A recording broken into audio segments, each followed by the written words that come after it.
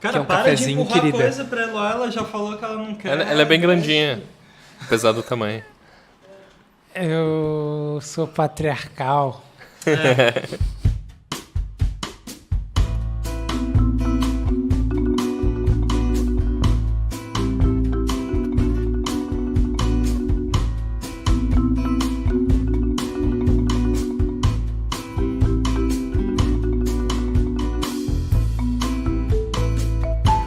Olá, sejam bem-vindos a mais um episódio da Conversação, o podcast de cinema mais viúvo do Marlon da internet brasileira.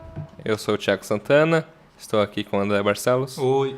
o Luciano Chalsar Boa noite. e o Vitor Viana. Olá. Esse meu oi foi. Não sei o que aconteceu, mas deixa pra lá. Foi o Silvio Santos. Mauê! Nesse programa a gente vai falar sobre o filme do Steve McQueen, As Viúvas. Eu vou fazer uma breve sinopse. O filme acompanha principalmente o personagem da Veronica Rawlings, cujo marido Harry é um assaltante. Ele está executando um assalto que dá errado, matando ele e os outros 3 membros da equipe e deixando a Veronica e as esposas dos outros caras também viúvas. Ao mesmo tempo, o filme também introduz 2 figuras que estão concorrendo a vereador, o Jack Mulligan e o Jamal Manning. O Harry estava justamente roubando o Jamal e os 2 milhões acabaram queimando durante o ataque da polícia. E aí o Jamal vai atrás da Verônica, exigindo o dinheiro dele de volta. E a Verônica tem de posse um caderno que o Harry deixou para ela, onde ele anotava todo o planejamento dos assaltos. Aí nisso ela entra em contato com as outras viúvas, mas só 2 delas aparecem, a Alice e a Linda, que aceitam participar do assalto. Elas começam a fazer os preparativos do assalto, meio a trancos e barrancos. Aí elas acabam executando o assalto, que é para roubar um dinheiro sujo do Jack Mulligan, o cara que está concorrendo a vereador. E também mostra pra gente que o Harry estava trabalhando em conjunto com esse Jack Mulligan. No fim das contas, elas conseguem escapar com o dinheiro. Esconderijo, a Verônica tá sozinha, carregando o carro com dinheiro, e aparece o Harry, que bate nela e diz que vai levar o dinheiro e que... E aí ela descobre que ele tá vivo, né? Descobre de fato que ele tá vivo. Enfim, ele ataca ela cai no chão e ele vira pra matar ela, mas ela é mais rápida e já tá com a arma na mão e mata ele primeiro.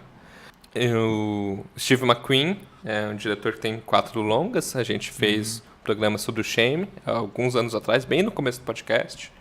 Ele também tem o Hunger, que é o primeiro longa dele, e o 12 anos de escravidão, que ganhou o Oscar uns 2 a 3 anos atrás, não lembro Oscar exatamente de quanto. melhor filme, Melhor né? filme. Talvez outros. E esse é um filme mais de gênero dele, né? Um filme de heist. Eu acho que a gente poderia começar falando da carreira do Steve McQueen e aí depois entrar no filme. O Steve McQueen é um realizador londrino, né? E ele tem uma formação que é em artes visuais, na verdade, não em cinema. Ele estudou um pouco cinema, mas o grosso dele é em artes visuais. E ele produziu muitos curtas-metragens antes de fazer longas, cerca de 24. E Caramba. boa parte deles tem algum aspecto mais experimental, mais um limite entre artes visuais e cinema. Tem filmes dele que tá em museu e coisas assim, né?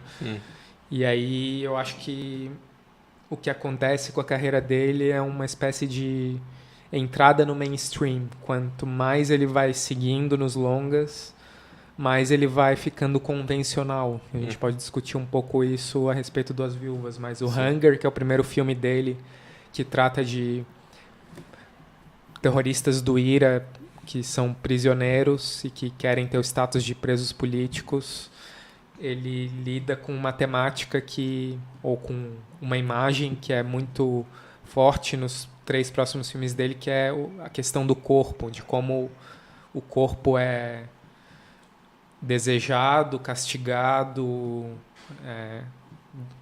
batido, assim, existe uma aprisionado, existe um peso dos corpos nos filmes dele, assim, no caso na tortura do Hunger e de definhar, quase como um sacrifício religioso, tem uma conotação católica bem forte. O Shame, que é um filme muito sexual, o protagonista é viciado em sexo. E tem uma tensão entre um ambiente meio ascético, de classe média alta nova-iorquino e o desejo do corpo, e os 12 anos de escravidão, o corpo do negro que tem que trabalhar e que é açoitado pelo chicote do escravo, o corpo escravocrata. coisificado, Coisificado, digamos, né? exatamente. E no Viúvas eu não vejo isso. Eu acho que ele deu um passo adiante, que eu não sei se é um passo bom ou um passo ruim, mas é um filme muito mais convencional no sentido de, como o Thiago falou, de trabalhar com um gênero. Talvez tentar subverter um pouco o gênero, do subgênero do heist, mas ainda assim se distanciando das coisas que ele tratava antes. Tem- assim. Acho que Fale. Não, acho que agora pensando nos filmes como um conjunto, assim, a prisão é uma coisa que está nos 3 filmes anteriores ao As Viúvas, né? De certo modo, no Fome é a prisão mesmo, assim. O Shame, a gente pode pensar tem uma relação com a cidade, com a lógica de trabalho em contraposição ao desejo sexual e como essas duas coisas se chocam, assim, a um nível patológico mesmo, né? E o 12 anos de escravidão, a prisão da escravidão, né? E como que o corpo entra nessas instituições aprisionantes, assim. E talvez o As Viúvas tenha um pouco isso também, né? Sim. Acho que ele trata disso, pensando talvez a posição da mulher mesmo, mas só que de um modo talvez muito maior, assim, né? Pegando vários elementos do que seria que a gente poderia pensar como uma prisão social hoje, assim, né? De todo um sistema que funciona de um modo em que as pessoas... embora o filme não explicite isso, né? Mas tu tem a opressão da mulher, tu tem a corrupção que acaba oprimindo certas classes sociais ou certas raças, enfim. Tem até uma prisão da situação, né? De se terminar numa situação ali de dívida, também que não deixa de ser uma prisão dentro do roteiro, assim, né? Dos personagens que estão encurralados, digamos. Sim. Encurralados, Mas acho que, caso, de né? qualquer forma, eu sinto que aí tem um deslocamento nesse filme de ele tratar de uma coisa mais física nos filmes anteriores e agora de uma questão mais de representação, né? De se colocar no mundo, assim, uma mulher vai poder fazer o que o seu marido fez também. Sim. E a gente não entrou tanto em detalhe, mas existem as etnias, né? Cada mulher é meio uma branca, uma negra e uma latina, né? Enfim, então tem... E tem todo o jogo da política ali, da disputa dos vereadores também, de como ocupar politicamente, como ocupar a cidade, que é Chicago também, né? Que a gente Tem uma coisa que talvez a gente possa colocar, que é o negócio desse filme ser adaptado também, né? Tem uma série que ele disse que... Né, o Steve McQueen disse que assistiu essa série quando ele era novo, que era uma série inglesa, que chamava As Viúvas, que era essa situação... Mas, se eu não me engano, pelo que ele falou, era um pouco diferente, assim, não tinha tanto essa coisa das etnias, como você falou, mas era essa situação das esposas já, né, que perdiam os maridos criminosos e tal. E acho que antes disso essa série já era baseada em um livro, assim, que eu não Acho que conheço, nos créditos está o livro mesmo, em que é baseado. Mas eu acho que isso coloca um pouco também esse universo, assim, e talvez... responda um pouco por essas questões que a gente está colocando, assim, né? Já era um universo prévio, né? Já. Não sei. Eu acho que assim, a coisa do background étnico não era tão forte, mas tinha as diferenças de onde tu vem, assim, de classe social e tal. O que ficou da série pro filme é meio que pessoas muito diferentes tendo que se juntar para resolver uma coisa, e no caso mulheres, e tentar tomar uma atitude a respeito do mundo. Assim. Na questão de ser um pouco os filmes dele serem filmes que focam no corpo, há momentos nesse filme que você consegue ver isso, mas realmente é muito mais apagado.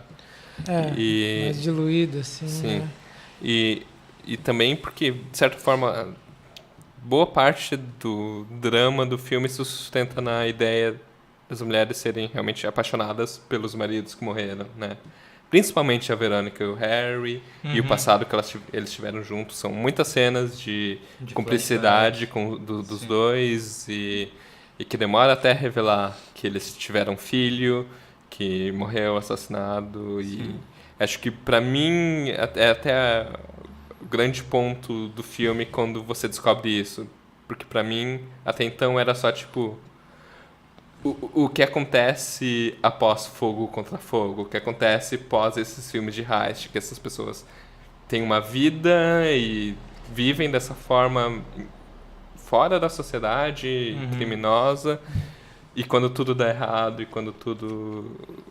Apesar de parecer tudo estável, e elas ainda são pessoas com vidas normais, em que uma tragédia como a morte de um filho vai afetar elas, e quando revela isso, você também já sabe que o Harry já tá vivo, na verdade. E aí você começa a pensar, então por que ele tá fugindo também da Verônica? O filme não foca muito nisso, mas ele... Pois é, que até eu acho que depois a gente pode conversar como um problema de roteiro, assim, que eu acho que é uma coisa que fica superficial, aquilo que era a visão dela, a memória dela, do que seria o relacionamento entre eles, que parecia muito próximo, assim, né?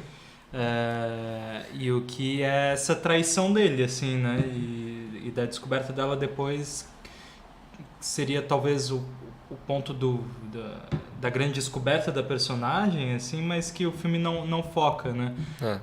Mas continuando na questão do corpo e como talvez interesse pro Steve McQueen a questão de colocar os personagens em situações aprisionantes e como que o corpo talvez aí nessas situações se manifeste como algo assim, desviante, né? Eu não sei, eu acho que talvez o corpo não apareça tanto nesse filme por essa estrutura da narrativa do filme, assim, de pegar muitas coisas e querer encadear muitas coisas. Mas eu vejo alguns momentos ainda, assim, algumas coisas no qual isso é bem explorado, mas de um jeito mais sutil dentro da parte visual. Uma das coisas talvez interessantes é a personagem da Alicia, depende, tem vários nomes ela, né? Mas ela tipo é uma mulher de 1,90 m, assim, ela é muito alta e muito mais alta do que as outras personagens, e isso cria enquadramentos diferentes, assim. Eu não sei se vocês sentiram isso, assim, mas ela é todo jeito de enquadrar que foge até um pouco do que a gente está acostumado a ver, assim, por ela ser, digamos, fora do padrão, sei lá, né? Eu acho que isso cria algumas situações interessantes. Ele consegue usar o corpo dela em algumas situações, assim, de um jeito interessante. Outra coisa um pouco nesse sentido, mas que é mais de visual, sei lá, de beleza, são alguns planos da Viola Davis, assim, da pele dela e tal, que eu acho que é bem fotografado, assim. Acho que também criou alguns momentos, tipo ela ouvindo a música da Nina Simone, assim, e tal. Eu acho que criam quadros interessantes, digamos, mas não é explorado de um jeito como nos outros filmes, como a gente estava falando mesmo, né? O filme, como ele se mostra, como ele é filmado, ele, pra mim, tá querendo dizer, eu sou diferente, né? Eu tô num gênero, mas eu tô sendo diferente dele. Além da temática, da ideia de mulheres estarem fazendo o assalto. Além da temática. Eu não sei, eu discordo, cara, porque eu sinto que há uma diferença além dessa questão do tema, da exploração visual do corpo que a gente falou. Tem também uma mudança em termos de dramaturgia, de forma da dramaturgia, da escritura do roteiro. Os outros filmes são muito mais descentralizados, assim, as cenas não servem para que a trama siga adiante, sabe? É um acúmulo diferente das coisas, assim. E esse filme, um detalhe que a gente não falou também, ele é co-escrito pela Gillian... Deixa eu pegar o nome dela aqui. Acho que é Flynn. Gillian Flynn, que é aquela escritora do Gone Girl e do Objetos Cortantes. Ela é tanto a escritora esse Garoto Exemplar quanto a roteirista também, que é um filme do David Fincher, né? Sim. E ela trabalha muito nessa toada do gênero policial com mulher protagonista. E essa ideia de que uma história tem que ser contada, né? É uma trama policial bem engendrada, com surpresa, plot twist e tudo mais. Sim. que é o que tem esse filme que não tem Sim. nos outros filmes, assim. Né? Sim. Mas eu acho que o filme ele se constrói de uma maneira muito atípica a filmes desse tipo. É, eu acho que ele é diferente dos filmes de O que eu ação, vejo de pô, diferença sabe? talvez é uma ênfase mais na preparação e nos conflitos da preparação e não nessa grande expectativa do que vai ser o assalto em si, né? Sim. Uhum. E, tipo, modos de passar ideias e sentimentos. O próprio começo do filme é tipo, o Harry e a Verônica na cama, eles vão se beijar, sons de tiro e perseguição e coisa. É tipo, essa intercalação entre os Sim. momentos íntimos de cada viúva e o assalto. E a grande virada do filme, que é descobrir que o Harry está morto. O espectador sabe disso muito antes. O espectador já começa a antecipar. Beleza, elas vão executar esse assalto e o Harry vai estar lá porque ele sabe o que está acontecendo e vai roubar elas. Tipo, tipo antecipar essa expectativa de uma maneira de não criar surpresa. Tipo, o Harry aparece lá e você já sabe que ele vai estar lá. Sim. E uma coisa que eu acho que vai também um pouco nisso é que a traição não era só do caso, mas é um pouco uma reversão de uma postura dos maridos de tipo... Bom, todos eles eram tão preocupados em não envolver elas, porque era uma vida de crime, em proteger elas daquela situação, ser meio patriarcais, digamos assim, e tipo... E não envolver elas naquilo, que daí, quando eles morrem, o que acontece, assim, né? Aí elas estão completamente abandonadas e largadas, e tipo... E elas que têm que resolver, assim, é tipo... Então, reverte um pouco essa história de que, eu estou te protegendo. No fim, envolver, fingir que a pessoa não é capaz de estar envolvida naquilo, é tipo... É envolver mais ainda, porque quando tem alguma ruptura... História na mão delas, assim, né? Então, acho que essa é uma virada que o filme faz de um jeito diluído, assim, né? Pra não precisar jogar o peso nessa cena. Não sei. Entrando nesse campo do que eu acho que fica mais vago e raso no filme, são os políticos, no fim das contas, também. Parece que, pelo menos de Jamal, há um espaço por uma profundidade do que o personagem dele está tentando fazer, que você nunca chega lá. Você fica muito mais ligado no que o capanga dele, no personagem do Kaluuya está fazendo, de cruel, O GT, violento. né, o nome dele. Sim. Esse contraponto político que tem no filme, ele parece muito mais funcional do que realmente levar a alguma É estranho. coisa. Eu tenho uma relação dúbia, na verdade, com isso, porque ao mesmo tempo que eu... Com várias coisas que o filme faz, na verdade, assim, de tipo... Em vários momentos tu não tem muita explicação, né? Essa coisa da política, ou até de coisas do crime, por exemplo, né? O filme não é centrado em mostrar exatamente como o plano vai funcionar. Tu vai vendo certas coisas acontecendo e depois tu vê tudo meio que funcionando junto, assim. Isso eu acho até melhor. Na parte da política, eu acho que fica um pouco dúbio, assim, porque é isso. Ao mesmo tempo que tu não tem, né? Fica muita coisa vaga, tem um lado interessante que é tu também não precisa de ter uma explicação ali em curto tempo, que acho que tem a ver com o que a gente já comentou, é muita coisa, talvez, para um pouco filme, né? Uma coisa de uma série, um pouco tempo de filme. Então, tem que ser cortado. Então, por um lado, enquanto tu consegue fluir a coisa, e a coisa vai fazendo sentido sem muita explicação, vai bem. Mas, ao mesmo tempo, se for ver a fundo, muita coisa vai ficando solta, né? Como tu estava falando, assim. Eu não acho que vai bem, eu acho o filme chato, assim, não me interessa pela...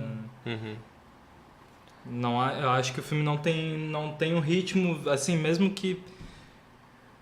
O filme não precisa me explicar tudo da psicologia dos personagens, não é isso que eu tô pedindo, assim, mas eu acho que tem que ter uma cadência da coisa que acontece e pra mim não tem, assim, não... E onde que tu acha que pega, assim, pra ele ser chato? Cara, não sei, eu acho que é esse problema de estilo no sentido de recorte mesmo, assim, acho que é essa dificuldade de escolher o que é o filme, assim, e é muita coisa ao mesmo tempo e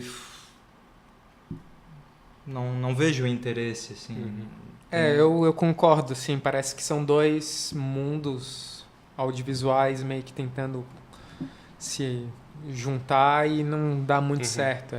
O Steve McQueen, que faz essa coisa mais de um filme de festival, de arte, não tão orientado em narrativa, fazendo uma dramaturgia que é super de gênero, de uma série, enfim.